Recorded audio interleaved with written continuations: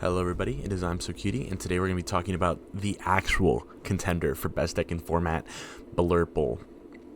I do think that obviously Blurple's reign last set was absolutely tremendous. It really only lost to Purple Steel when it was on the draw. Sometimes it had a toss-up between, with Green-Blue and Neighbor Steel, depending if it was play-draw, but Blurple is basically one of the strongest decks in the format.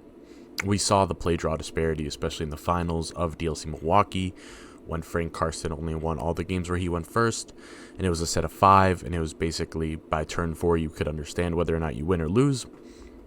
Something that Blurple now has is Hades, Demona, and Cinderella, and these are all cards that have rounded the deck out to be just absolutely monstrous in its ability to catch up to Purple Steel in terms of being on the draw, and I do believe that it is probably one of the strongest combat decks in the game at the moment, and it just kind of has an out for every single interaction in very fancy ways, and it always provides just insane amount of bodies, and I really wanted to make a video about it. I do think that, we still continue to see Blurple top cutting. I haven't seen any top cut lists, but we do see it consistently in like the top 16, and typically in like open lists it'll lose out to like some sort of play draw disparity of aggro or usually aggro, I feel like. But yeah, let's get right into it. This is what I feel like the meta is at the moment. I've highlighted two things that currently have a really major shift. Ruby Amethyst have seen a major shift in Vegas at the moment. Lists are not posted yet, but it is definitely going to be pretty insane. I do think it's going to shoot up in popularity a little bit. And Emerald Sapphire is currently being played by people like Edmund Shu. And so World Class Cards is currently practicing with Emerald Sapphire, and Emerald Sapphire is consistently one of the decks that wants to be played at the moment just because of Prince Philip, Malicious, Spooky, and all those good things. So this is kind of the meta that we are seeing at the moment, and I think Blurple does really well into Blue Steel, into Emerald Saph, into Purple Steel, into Blue Steel, or into Amber Steel, into Blurple itself, and then Ruby Am. The only deck that it probably loses to in this ranking is Dogs, and it has to be a very specific hand interaction to where you really do lose to Dogs. So I do believe that Blurple still continues to be the best deck in the format, and after a lot of testing, I do still believe it beats Emerald Sapphire.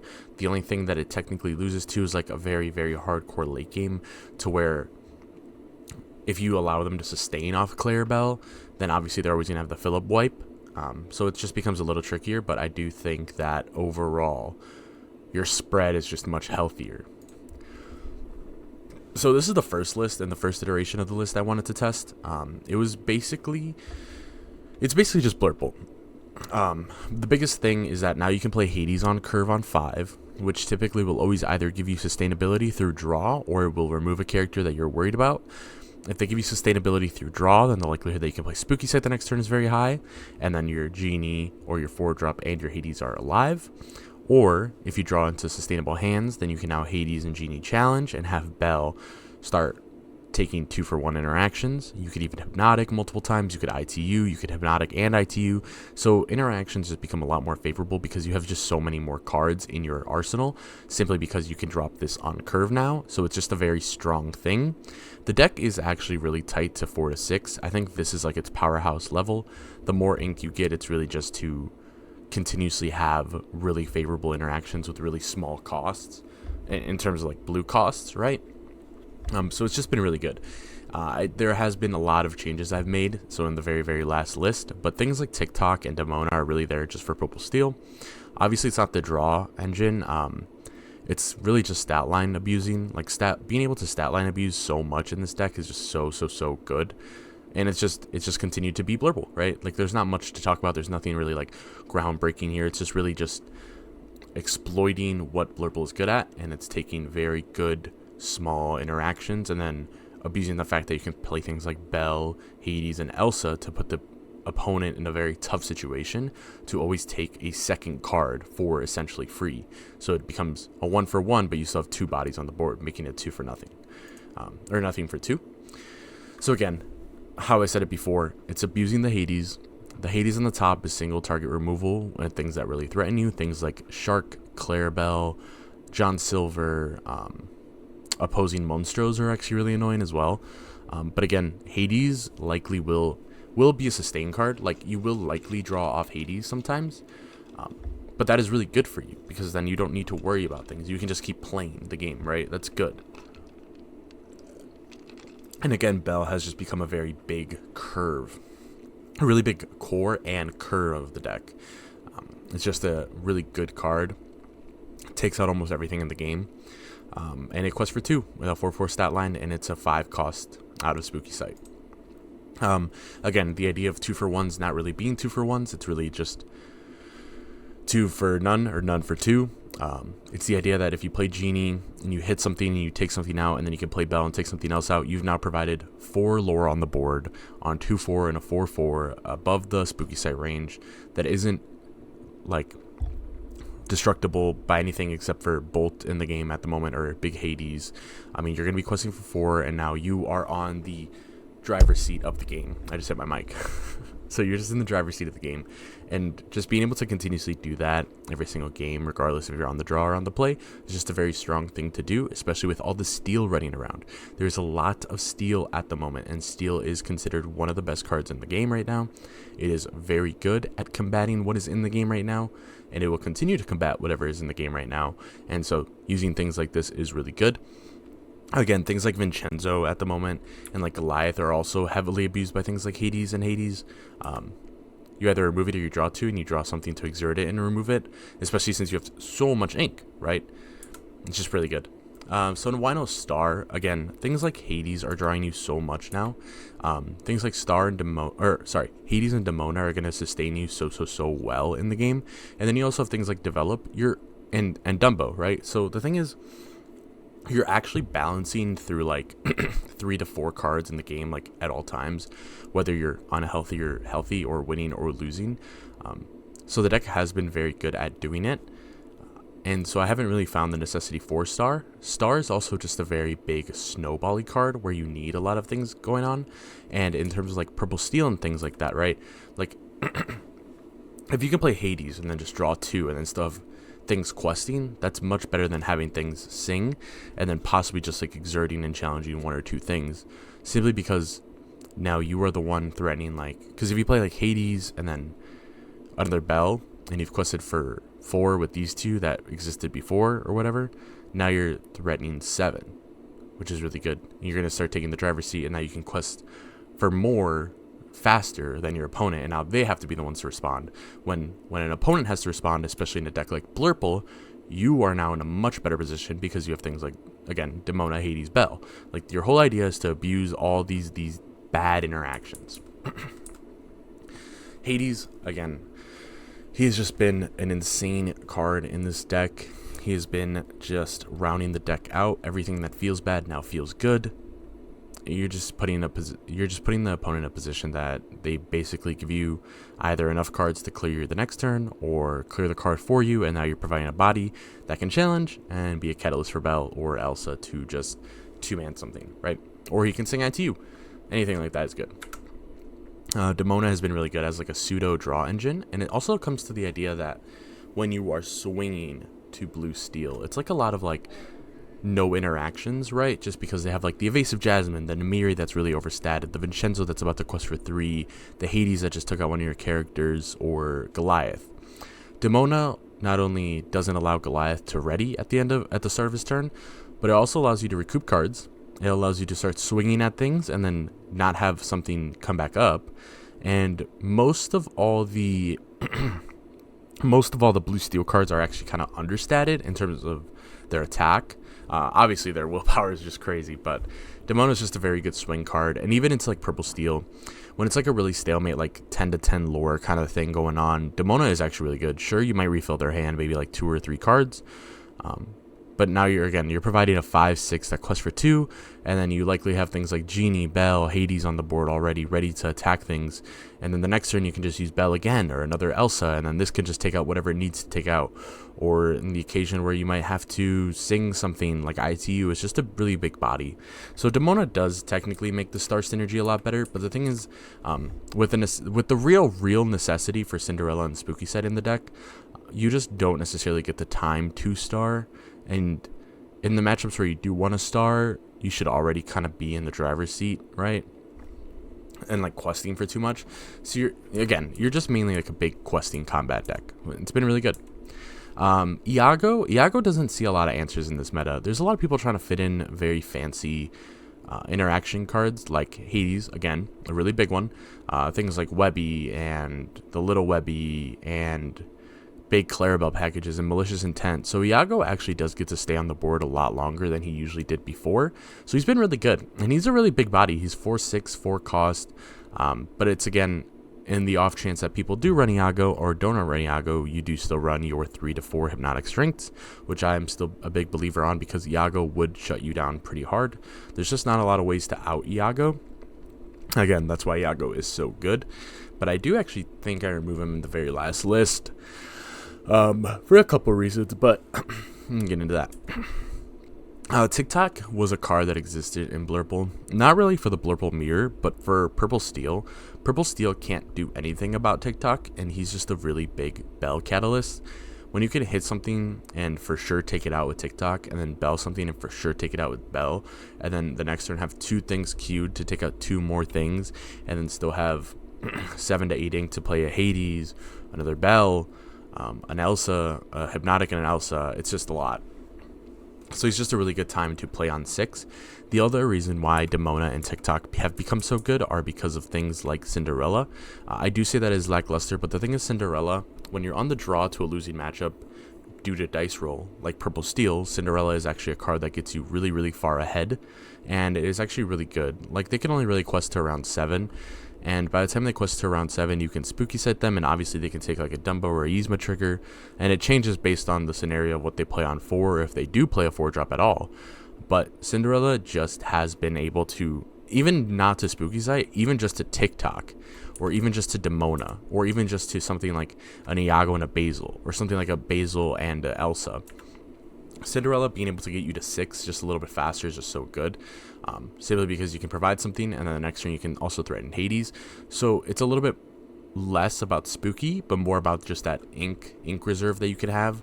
And again, it could be Hades, Basil. It's just so many things. It's so many things that it lets you get to faster. So it's just been really good, right? And it also lets you get rid of an uninkable card.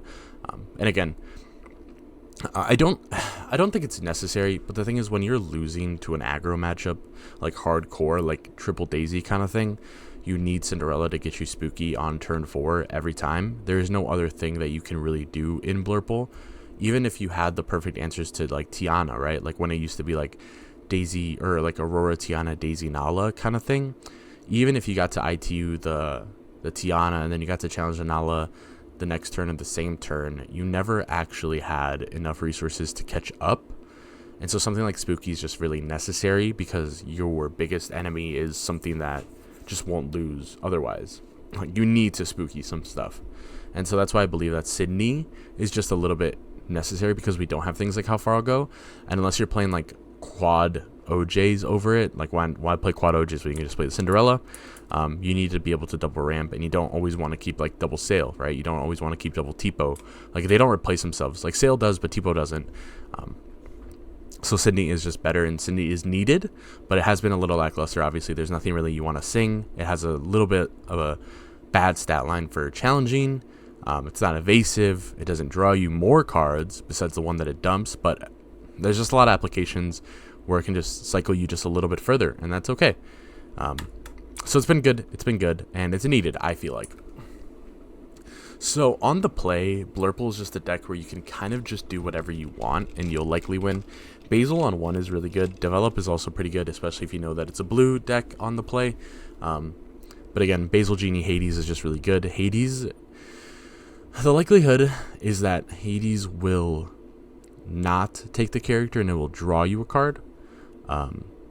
So in the idea that if you would play Elsa for Genie and Elsa to take something out, and then you go starving because you don't run Star, Hades can either say you'll take it out anyways, or you'll let me recoup cards, and then the next turn you can play things like an Ink and Demona, draw 3 anyways, and I'll have insane bodies, and you're on the play, so the likelihood they only cash in probably 1 card from Demona is really high. So Hades has just been much better on the curve than Elsa. Elsa has been a little bit lackluster, but she is really necessary, because obviously she's like an insane snowball card on the curve, and I've felt it, and we all know that, and especially with Basil. And then again, your forms of ramp. Everything else comes kind of secondary to this deck. You kind of just draw into the things you need, especially because you don't have a lot of variance in the deck. And Blurple is a pretty much cracked deck, like in terms of how to play it, right? Everything replaces itself, everything does something, everything draws a card, everything provides Dumbo with a trigger. So it's kind of like self-explanatory of like why really just these cards are important. Everything else is kind of just, it comes to you. On the draw to a losing matchup, I really do think that something like this is really big. Being able to, again, get to 6 really quick is really good. And Demona, so Steel can dump their hand, but the likelihood that they have like around 2 is really high, unless they're like strengthening your Cindy, which is probably what would happen, but it's just a little bit more odd. Again, you're probably only going to net them 1 or 2 cards, but you net yourself likely 3 cards. And when you're netting yourself 3 cards, you now have the ability and the accessibility to swing them on Ink 7. Or you can also just go into Spooky Sight when it's a very hard losing matchup. So a lot of it is Purple Steel in my mind, right? But then again, there's things like Amber Steel and Dogs, where Spooky Sight is just absolutely necessary. You don't really have an out besides Spooky Sight. And so being on the draw, sometimes you want to keep it blind if you know that, or have the hunch that they might have aggro, right? So this mulligan is just really like, kind of find what you need. You have to get to this, you have to get to this, and now you got to play something to swing. On the draw to anything that's blue, I do actually love this. This Cinderella can be either Genie, so I could have put that, but I do like having the access to ink a lot faster. The thing is, you could also play like Basil Sydney, and then go into Demona, and then take out like Clarabelle's. You can also go like this Genie, this, to take out a Clarabelle, to take out an opposing Genie, or they give you a draw, right? And having draws is just so important in blue, especially if they're not on cow. Whoever draws way more is going to win, because then you can just play like this, or even you can like this in Basil, and then something on 7, so you can break up your curve a little bit. Cinderella just gives you a lot of options, and I really enjoy that. And that's why this deck has just been really good, because of how malleable the hands are, right? Like, these are like 3 different decks almost all together, and the ability to like, you're answering a different match every single time, basically, in a different scenario every single time, and not a lot of decks can do that and remain so consistent in its gimmick, right? So this is actually the further list. I did actually take out Iago, but I kept the Iago answers up, which is really important. This is actually something that I did in CCS, where I did not run Iago at all. I didn't, even though with all the Blurple mirrors, but I did 2-0 almost all the Blurple mirrors, simply because in the mulligan, I would almost always keep Hypnotic Strength, knowing that Iago was the only card that could beat me in the time of the meta. Which is really relevant. TikTok did go down by 2 and Demona up by 1. I did find the stat line to just be really relevant and the card draw to be really relevant, even though sometimes I would give my opponent just a little bit too many cards where it felt like I was going to get choked out. Her stat line, and then being able to be followed up by like Hades, or even like a Dumbo setup with Basil setup, like a bunch of the little smaller interactions just became really good. She's just is really good. Or like Belle and Elsa, right? The one addition that really like changed everything was Monstro, especially with green blue being so relevant. Monstro's stat line is really good into everything that obviously isn't Philip, and then on top of that, Monstro is really good into purple steel, and the fact that you can Cindy into like a Demona TikTok, kind of stop them for a little bit, go into Hades, stop them a little bit, quest a little bit, bait a little bit, then you go into Monstro. Once you like show TikTok Hades Monstro into purple steel, it's basically a big shutout. And if they're questing prematurely and letting you like continuously abuse trades, you just get wider and wider with 2 questers that are just not removable anymore, right? And you're just questing out for a lot, and you're going to be able to win the race with them when you, on the other times, you just could not, right? Obviously there's going to be times where they open double strength, double strength, the Yzma trigger into like a Dumbo, into triple Dumbos, and they can just answer everything on your board, but that's just kind of high roll, right? But this deck has remained consistent, and things like Develop and Cindy just work continuously to filter you out, and in the off chances that you need to just lay back a little bit into like Demona and Hades, it just becomes really consistent, because the likelihood is that Hades does give you the draw almost every time, and Demona will usually always like fully refill you, which is like crazy. It might just be the playstyle that I adapted to, but it's been really good. Honestly, I would maybe drop Spooky by 1 because you play Develop. Maybe the 1 star does actually go back in, but I am like unsure about that. It could also be 1 more Cindy. or one Iago or one Demona, the 4-drop. It's been a really experimental, but I don't play Blurple that much anymore. I do enjoy it a lot, and I do think it's like, again, it's probably the like number 2 deck in the format, very close to getting kicked down to 3, but I still think that it's really good. Yeah, it's been doing really well. So this is kind of just my breakdown, my justifications, my lists, my metas, my smaller interactions, my smaller card notes. Thank you guys very much for watching. It's been a little bit slower on the uploads just because of how much work and school I do have at the moment, but I'm trying to get back into it. Again, being able to play only so few games throughout the days. I used to play a lot more for a little period where I didn't have like as much school as I do, but no, Blurple's been really good. And we're close to CCS again, actually.